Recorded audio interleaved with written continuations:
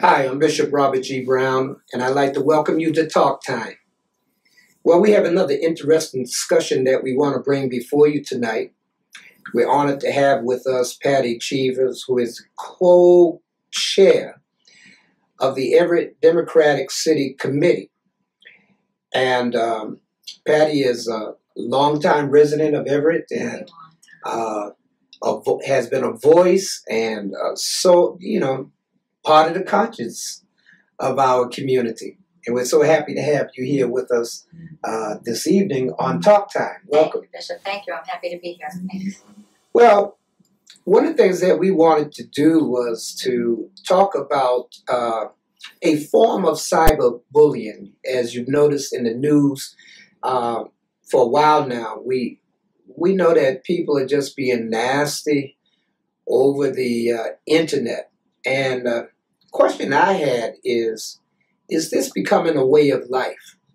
And not only are we doing that one with the other, but now we find that our politicians are doing it. It comes from the White House. It's come from Congress and so many different other avenues. And so we thought it might be a great topic to discuss because things appear to be getting out of hand. And so how do we get a handle on it? How do we grow from this? What do we learn from this? Or do we just leave it alone? No. We don't just leave it alone. It's fortuitous that we're having this conversation on Super Tuesday because I think that certainly in recent times, and Facebook has been around for a number of years now, but in recent times, in recent political times, the president has certainly put a new twist on the use of social media. His particular platform of choice is Twitter, but he himself has used it in a way that is bullying and the name calling and the just sort of childish behavior that he engages in towards anybody who has a different point of view than he does or doesn't agree with him. I think has brought this problem to a new level. That, coming from the top, I think has made other elected officials feel as though that gives them license to behave in maybe a less civilized way than they might have previously. And so the leader has sort of turned the tide in a way that now if he's doing it, it's all right for everybody else? That seems to be what has happened. And it's not just people, making their own particular posts or their own particular, I don't know what you call it when you put it on Twitter because I don't use Twitter, but tweets. Mm-hmm. That opens the gate for other people to sort of vent their spleen about things they're unhappy about or displeased about or, angry about. And certainly everybody has a right to express an opinion. But if we can't do that in a civilized, engaging manner and in an agree to disagree sort of way, then it's damaging. It's damaging to a lot of people. It's damaging to our children, which I think we need to be most concerned about is the generations that are coming up behind us that are normalizing this, that are seeing this type of online behavior being normalized by the president, by other elected officials.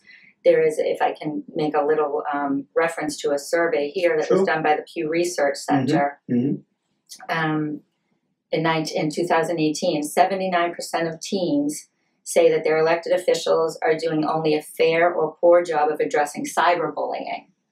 And I suppose there's an argument that could be made that it's because our elected officials are engaging in cyberbullying that they're not paying enough attention to it. Yeah, and realistically, cyberbullying is something that has definitely been in the news for several months. And matter of fact, has increased over the last couple of years. Yeah. We're looking at young people really attacking cyberly, so to speak. Yeah. Others, some serious name calling and things of that nature. But here we find ourselves, our political arena doing basically the same thing, calling one another out and trashing each other, and it just seems like it goes on and on and on, and nothing's wrong with it. Right. And so things that used to be discussed, I don't want to say behind closed doors because that makes it sound nefarious, but people used to be able to have discussions. And, if we want to look at it years ago, even on our own local level, all of that argument would take place on the council floor. You can recall the days, that they would hammer each other on the council floor and get it out of their system. And then everybody would go out afterwards, and go out for dinner with each other or what have you. People frequently use the analogy of the difference between our current ability of our current elected officials to engage with each other versus, Ronald Reagan and Tip O'Neill. But then they would say horrible things about each other in the media, or, if the President Reagan was giving a speech somewhere, or if Congressman O'Neill was giving an interview somewhere. Horrible things they would say about each other's policies, not about each other personally, but about the policies that they were putting forward. But then the story goes, at the end of the day, President Reagan and Tip O'Neill would sit down and have a beer together. We don't see that anymore with our elected officials, I don't think on really any level.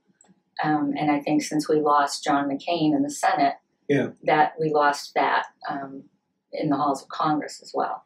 It's one thing to, openly have a vigorous debate in the House or wherever it may take place, and it didn't appear that the venom was so deep. But today it's a lot different. It's personal. Yeah. It's personal. And so should we be taking our politics so personal that we're unwilling to find some more civil way of handling things so that we can come to a point of reasoning together somewhere? Because if we become mortal enemies, then how do we accomplish anything? Well, and I think that's the problem that social media has caused, is we are losing our ability to sit down and have these face-to-face conversations. And some conversations are difficult. There are issues of race, of gender equality, of sexual orientation that are difficult conversations to have. But throwing bombs out on Facebook about these particular issues isn't going to help us come to any sort of a consensus or any sort of a compromise or a middle ground, or I'm going to have to agree to disagree so we can move on and still be able to have the next conversation. So I think it's damaging to, even outside of the political arena, it's damaging to personal relationships. I've seen it happen certainly over the last 4 years, when I don't mean to keep going back to the current president. As you might imagine, I am not a fan of the current president. But there's such polarization for the people who will support President Trump no matter what he does, and there is still a base of that, and people who won't ever support him because of what he does. And I don't see how you bridge that divide, but there are people that are sort of in here that want to say, we need to find a way to find a common ground, and social media and the media in general, to a degree, cater to the extremes. So it's difficult for those of us who want to have the civilized conversation to be able to do that. Because, my ire will get up sometimes on some of the exchanges, and, I will admit, and I'm not proud of it, gotten into things with people on Facebook until you just have to stop yourself and say, this is getting us what are we doing? This is getting us nowhere.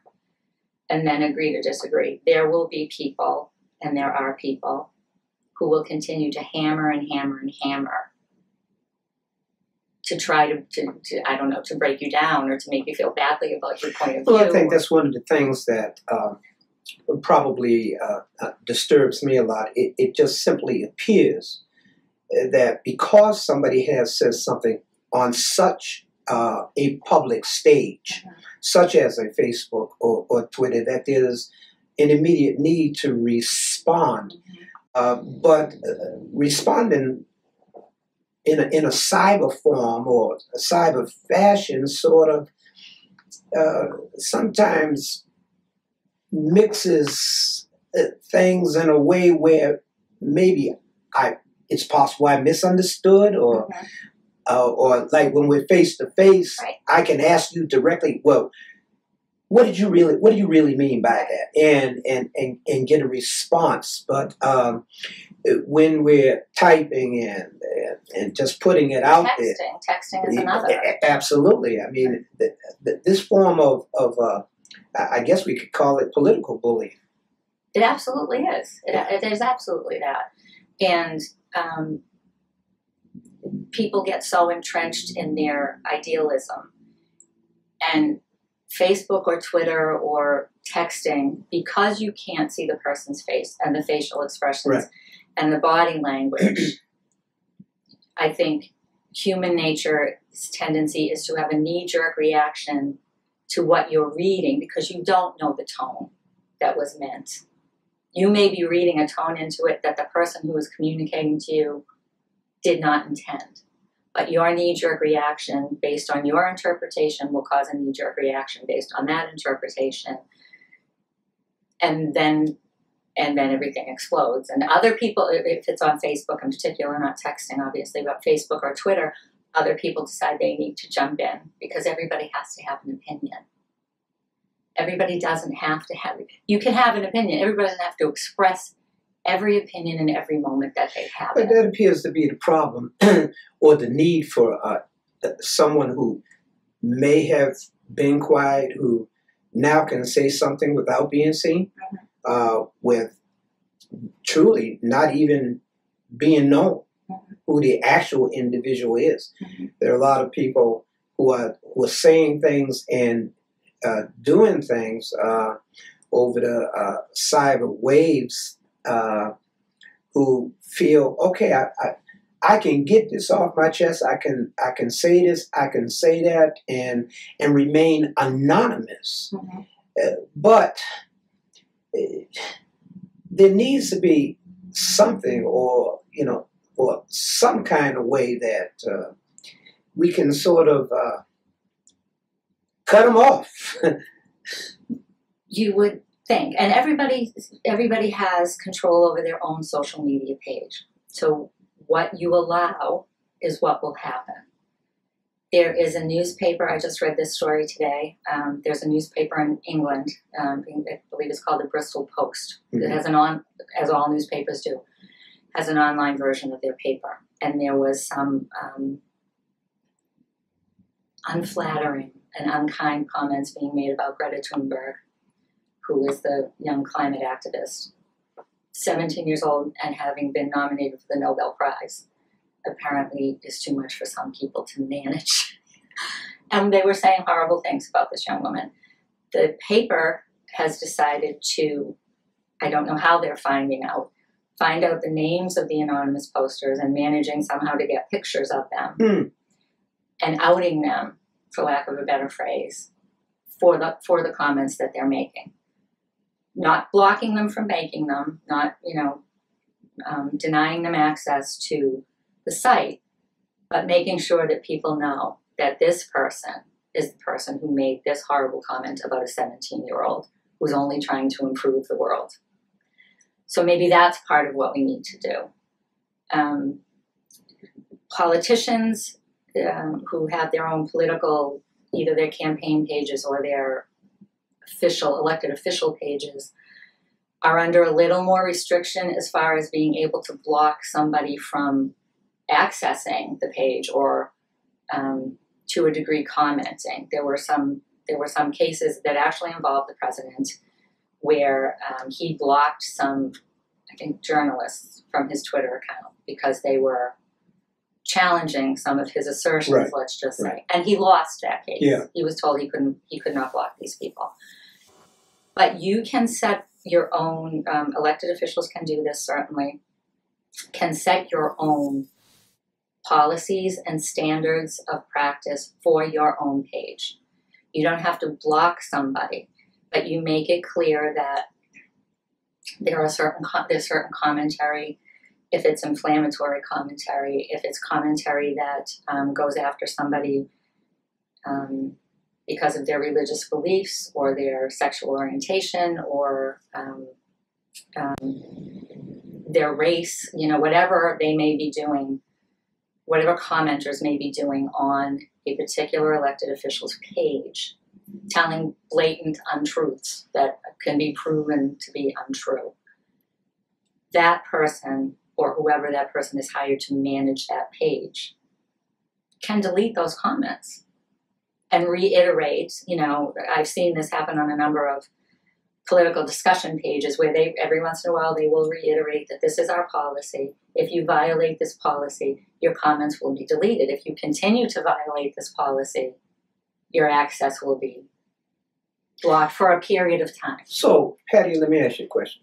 With that having been said, and yes, apparently that can be done. The question in my mind is, then if we can do it, why aren't we being proactive? Or do I believe it helps me if I allow these inflammatory remarks to just continue to inflame a community, so to speak? My community. I really don't know where people's mindsets are or whatever. I do know that the internet can be a great place if used properly, but I don't think it ought to be a place that's used to bash or beat up anybody. It's not a place to identify whether you're racist or not. Is not is not that place. But we have made it that place. Yes.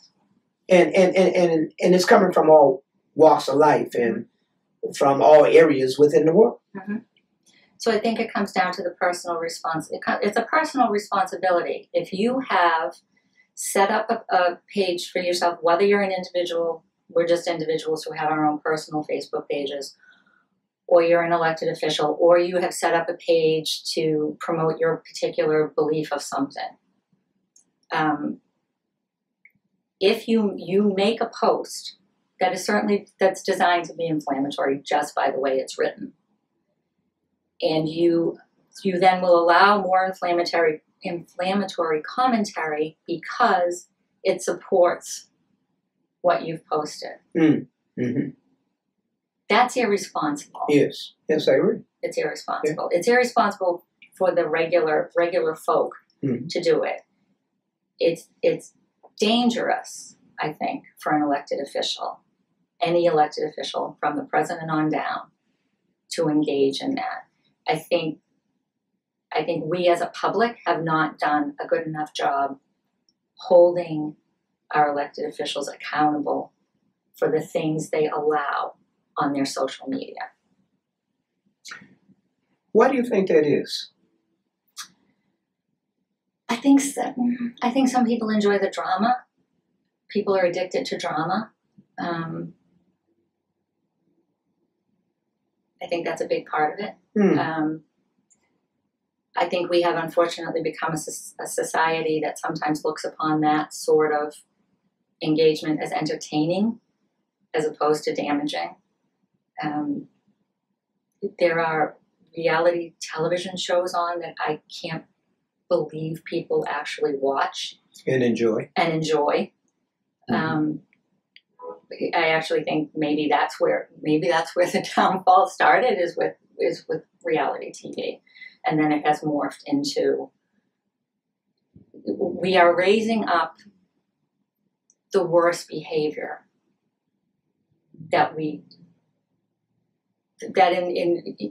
when I was growing up and when you were growing up, if people behaved this way, your parents wouldn't tolerate this type of behavior. So you wouldn't grow up to think that this behavior was okay. So true. Times have changed, obviously. I know I sounded very old. Well, I sounded like an old lady. Sort of dating ourselves a little bit, but nonetheless, I still understand that it's just nice to be nice. It's just, yes. Why is that so difficult, though? With that having been said, what is some of the things that you think we ought to do, if anything? And in my mind, there ought to be some kind of awareness. There have been many in the public arena who have stood up against bullying, especially when it's dealing with our young people, because of the way they look, the way they dress, whether they're too smart or not as smart, or they're awkward in some stage. People just feel like it's all right to kick them around over and over and over again. And yet, it's crazy for that to happen. But to me, it's even crazier when we come to the political ball field that we're doing the same thing. So, I mean, what cancels what out? It's going to be, I think it's going to be a process, as it was a process to get to this point. It doesn't seem like we've reached a tipping point yet. So where is that tipping point? I don't know where that tipping point is. Is it when somebody is physically harmed because of it? Is it, there was a story in the news not long ago. She recently got out of prison, but the girl who was texting her boyfriend, encouraging him to commit suicide. To commit suicide, yes. Mm-hmm. That wasn't a tipping point to tell us we need to be more careful about our social media platforms and our technological engagement. But makes you ask the question again, what will it take? What will it take? This young man died. This young woman spent time in prison. Lives were ruined because that girl was able to take advantage of a young man who clearly had some mental health issues, and so did she, to be able to be doing that. Sure. But without that vehicle to be able to do that, could that tragedy have been avoided? So it's a good point. I really don't know what the end of this is going to be. I will say this, that it is necessary for us to have conversations and discussions more so than we have been. It just can't be a handful of folk who are standing up against bullying. And unfortunately, those who have celebrity and have done it, I applaud them, but it's going to take the average public to begin to say enough is enough. And I'm just looking for that day for that to take place when we say enough is enough. I'd like to see it start in our own city.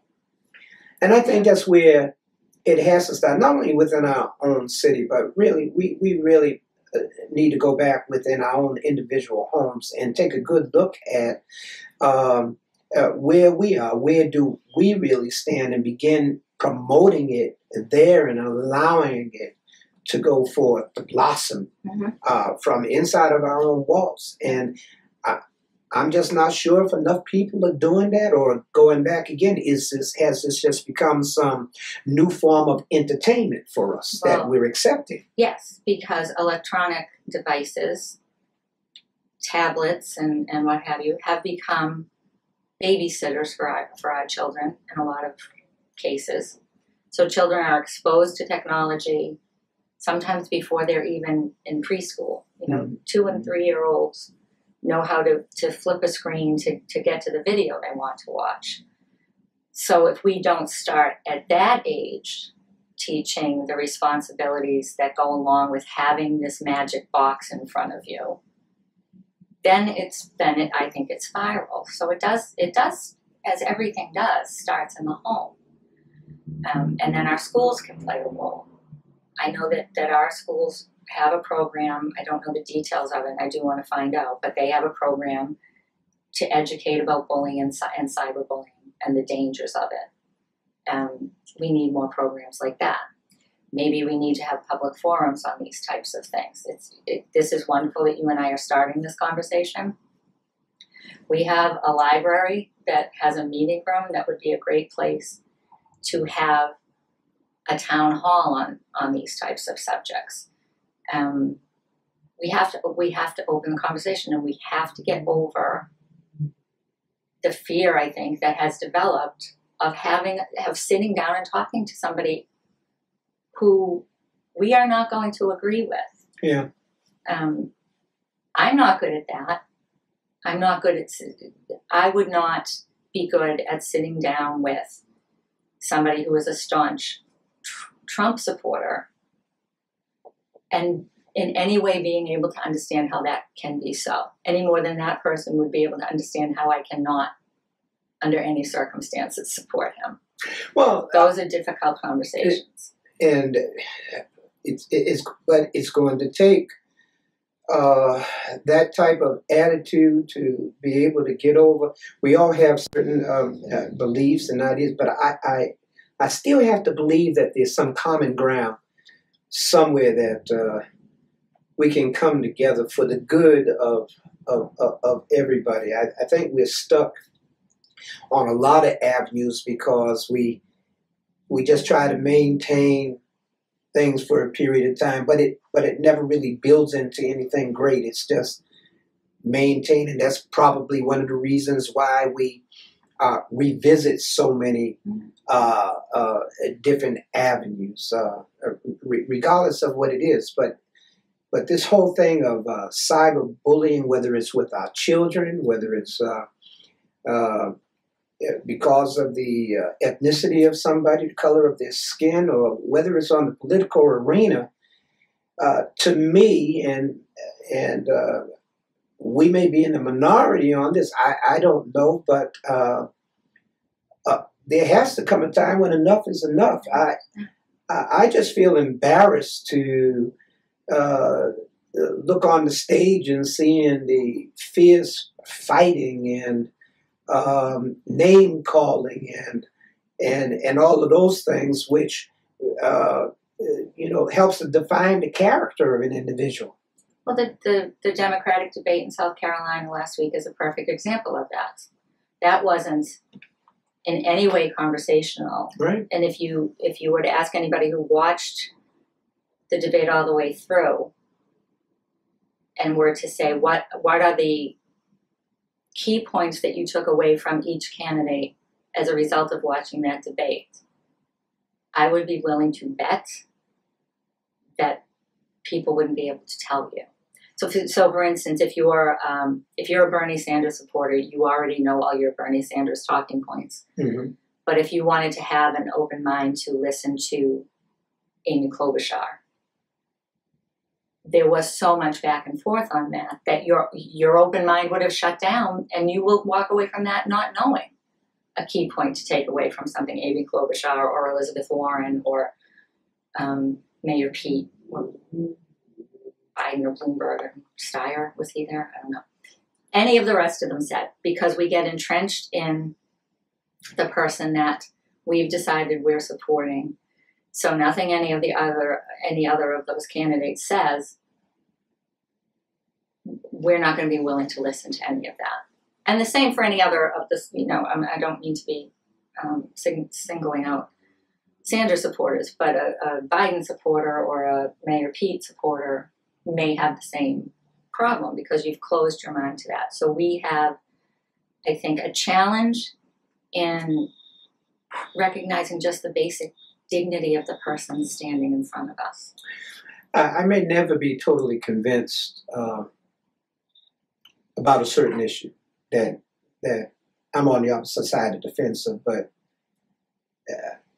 you probably could get me to a point that I may walk away and say, let me give this a little more thought. Right. There's a tragedy in possessing a closed mind, and I believe that some of our cyberbullying comes from, and I hate to say it, maybe closed-minded individuals who believe in one particular thought or one particular way and don't want to ever see it any other way. That's one of the things that keeps us from really getting to know one another. Mm-hmm. I find that the more that I try to find out about somebody, the more that I engage with people who are different than I am, then maybe I'll learn something that I did not know. I still may not totally agree, but hopefully I can walk away with a different viewpoint that will possibly help me to get through some things that otherwise I would not have gotten through.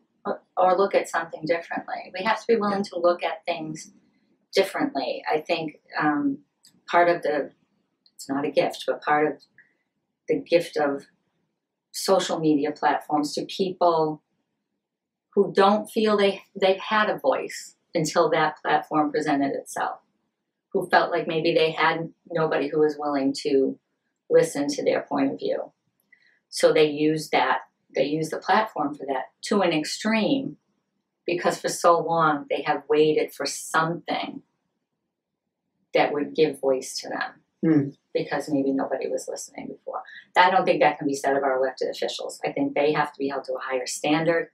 Their influence is greater than, you have a tremendous influence, but regular people who aren't in elected office, an elected official is going to have more influence than I may have on my page or my next door neighbor may have. So with that comes a greater responsibility to ensure that they and their supporters or their detractors in the commentaries are engaging in civilized debate and not just posting something and then allowing comments that sort of foster your point of view.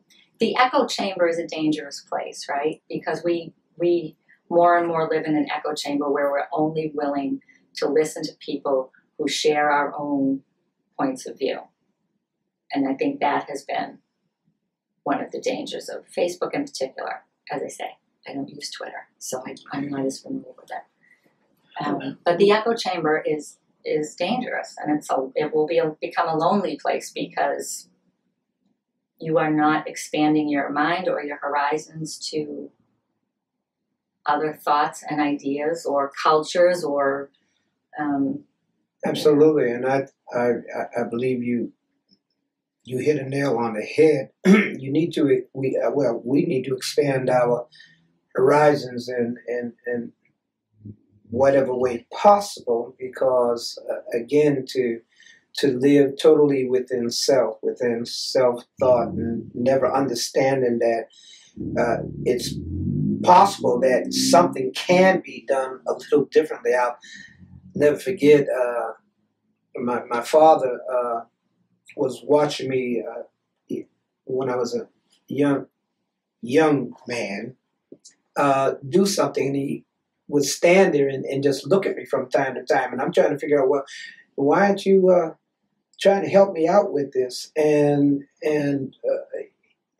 he just would stand there, and finally one time I just said, "What are you laughing at?" He said, "Have you never thought that there's possibly another way of doing what you're doing?"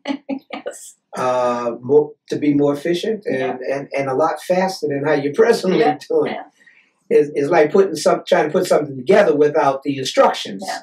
And if we just read the instructions, hopefully we can get the project done a lot sooner than normal.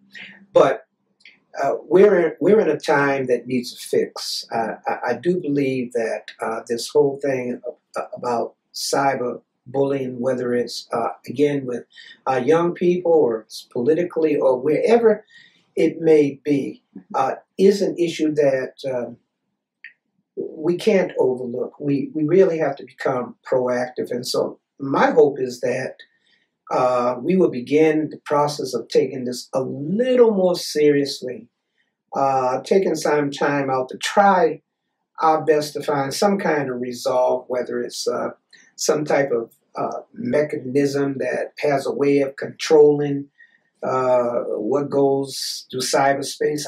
I don't know what it will take, but I do know this, is that we cannot continue to move down this pathway and find a path to success. can't, because we're dragging each other down, and you can't move forward. You can't accomplish anything if you're going to just roll around in the mud. You can't do it. You have to stand up, clean yourself off, and move forward. Well, my mother used to hate when I played in the mud. It just meant a whole lot of cleaning thereafter. Patti, I've enjoyed talking with you. It's always a pleasure, Bishop. This day. Again, this is a great topic. I'm glad that you were one of the ones that I've been able to sit down and talk with. And we need to continue discussion, whether on this platform or other platforms. It's something that we ought not just say, this is a wrap and be done with it. No, there are a lot of lives being affected. And if we do not begin to do something, I just don't know what we're going to look like. It begins not with only us. as a country, but as a world. It begins with us for sure. Yes, it does. Well, I want to thank you for joining us today for Talk Time. Again, I hope something that has been said today has pricked your mind a little bit, has gotten you to think a little bit. I said a little earlier that it's just nice to be nice. There's no need, there's no sense for us to be nasty towards one another all the time. Everybody is not going to agree with us in everything that we like to do. And it's always good to be around somebody who has a difference of opinion. We can have a meeting of the mind. You still may not walk away believing or thinking in the same form and fashion as someone you may have been talking with. But you just might walk away saying, let me think on these things. And so again, if we are out there doing a lot of things without thinking, take a little moment, look in the mirror, and ask yourselves the question, how would you enjoy somebody bullying you? Again, I'm Bishop Robert G. Brown. I want to thank you for joining us on Talk Time, and we'll look for you at the next time that we're on the air. Bye-bye.